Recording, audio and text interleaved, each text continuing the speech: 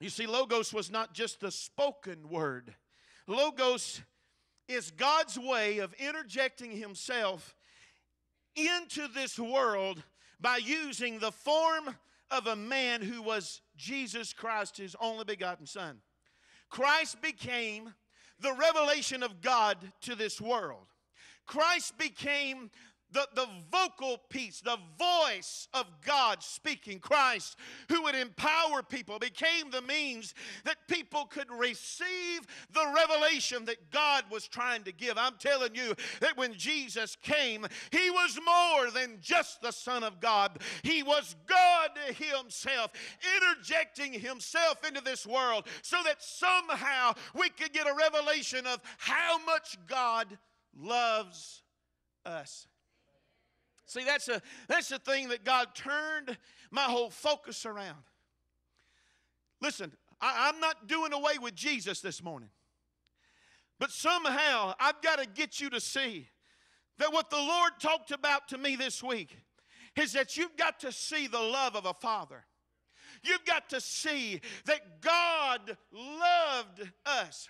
That the whole process of everything that He did was God interjecting Himself into this world.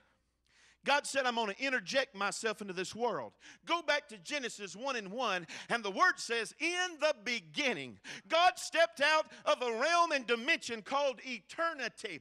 It's something that we can't comprehend, we can't see, that we don't understand. But God steps out of that nothingness, and in the beginning creates a realm called time, and decides, I want to create somebody that I can make in my own image, somebody I can put my soul and a spirit in, somebody who can choose to love me. And so God interjects Himself in the beginning, creates a man after His own image, puts in him a living soul, creates a helpmate for him to walk in the garden. And then God interjects Himself. He comes down in the garden, walks in the cool of the day, has communion with man. But man messed it up. Was driven out of the garden. But let me just show you how much God really loves us. God still had a desire to interject Himself. So you see God coming down on the tops of mountains. Exodus chapter 20, beginning of verse 18. All the people saw the thunderings and the lightnings and the noise of the trumpet and the mountain smoking. And when the people saw it, they removed and stood afar off. And they said unto Moses, speak thou with us, and we will hear. But let not God speak to us, lest we die. And Moses said unto the people, fear not, for, listen what he said, God is come. You know what that is? God interjecting Himself. He's come to prove you that His fear may be before your faces, that you sin not. And the people stood afar off, and Moses drew near to the thick darkness where God was. God said, I know you messed it up, but I really love you. I really love you. I really want to be where you are, so I'm going to come down on the top of a mountain. Tell my people to come up as close as the bottom of the mountain. But when the people saw the thunder, and they heard the thunder and saw the lightning, they were afraid, started backing away. Moses said, you can back away if you want to. I'm going into the thick darkness where God is. What I'm telling you is, God loved us enough to step out of a dimension that He was comfortable in eternity. Stepped out, created time so our pea-brain minds could put their hand around a beginning. Stepped out, created man in His likeness, in His image, put in him a spirit and soul, came down to love him and walk with him and commune with him. Man messed it up. God says, I still love you. I still want to commune with you. So right now, the only way, because of sin and separation, I can come down as far as a mountaintop, and you can only come so far as the base of the mountain. But the people were afraid of God and backed away. Moses said, I'm not afraid of Him. I want His glory. What I need to know is anybody hungry for His glory? Are we going to back away when God starts showing up? God starts giving words Sunday night. Oh my goodness, the Lord began to speak to us and gave us words. Got phone calls through the week. Brother Terry, I got to come by and see you. God gave me a word. Listen, I want to tell you, you can back away from the Lord if you want to, but He loves loves you. His desire is to commune with you and fellowship with you. Don't back away. You need to be pressing forward. Oh.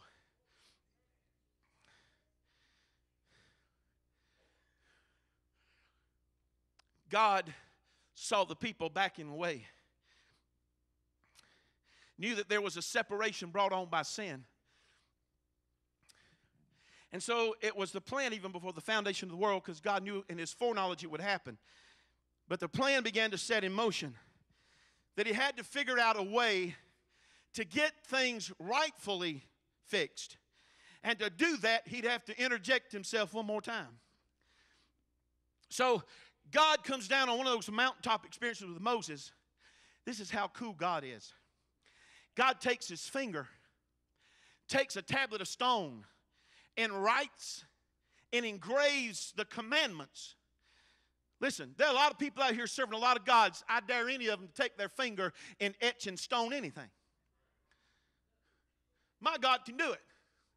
He can take His finger and write on stone. Did you know what else He can do? He can stick His long arm through a wall and write on a wall for a king to see. Oh, I'm telling you, I'm talking about a God of power, God of might, God of majesty, but I'm talking about a God who loves you. He loved you to interject Himself out of a realm that He could not comprehend, we could not comprehend and understand. Comes down on earth. Man sins, drives away. God says, I'll interject myself on a mountain. Man is afraid. God says, I've got one more plan. I'll interject myself one more time. See, it happened in John 1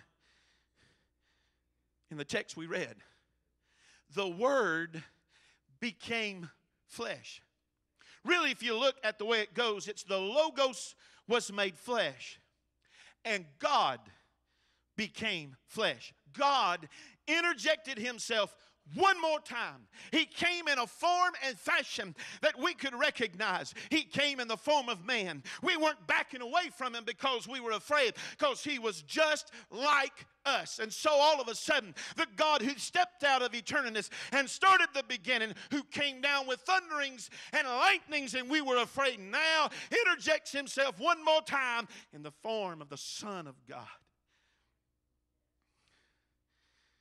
And when Jesus begins His ministry and starts teaching, Jesus does some things that makes the Jewish people a little bit, they cringed. Because Jesus seemed to be real. Y'all know what T.H.A.T is, don't you? Jesus seemed to teach that He was real tight with the Father. Jesus talked a lot about the kingdom. Jesus talked about a lot of things and even sort of confused some of the disciples and followers. John chapter 14, there was one by the name of Philip who said, Lord, just show us the Father. You're talking all about it. We just want you to show us the Father. This is all we need. One translation says, show us the Father and we'll be satisfied. The New Century Version goes on and says, Jesus answered, I have been with you a long time now. Do you still not know me, Philip? Whosoever has seen me hath seen the Father. So why do you say, show us the Father?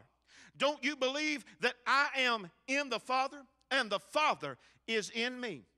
The words that I say don't come from me, but the Father that lives in me. And guess what He's doing while He's in me?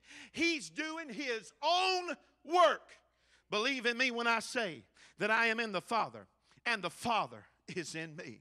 You see, Jesus, the reason He was talking like Him and the Father were real close is because it was true. Jesus said, when you look at me, you're seeing the Father. I'm in the Father and the Father's in me. And when you hear me talking, you're not hearing Jesus talk. You're hearing the Father above giving you words of life.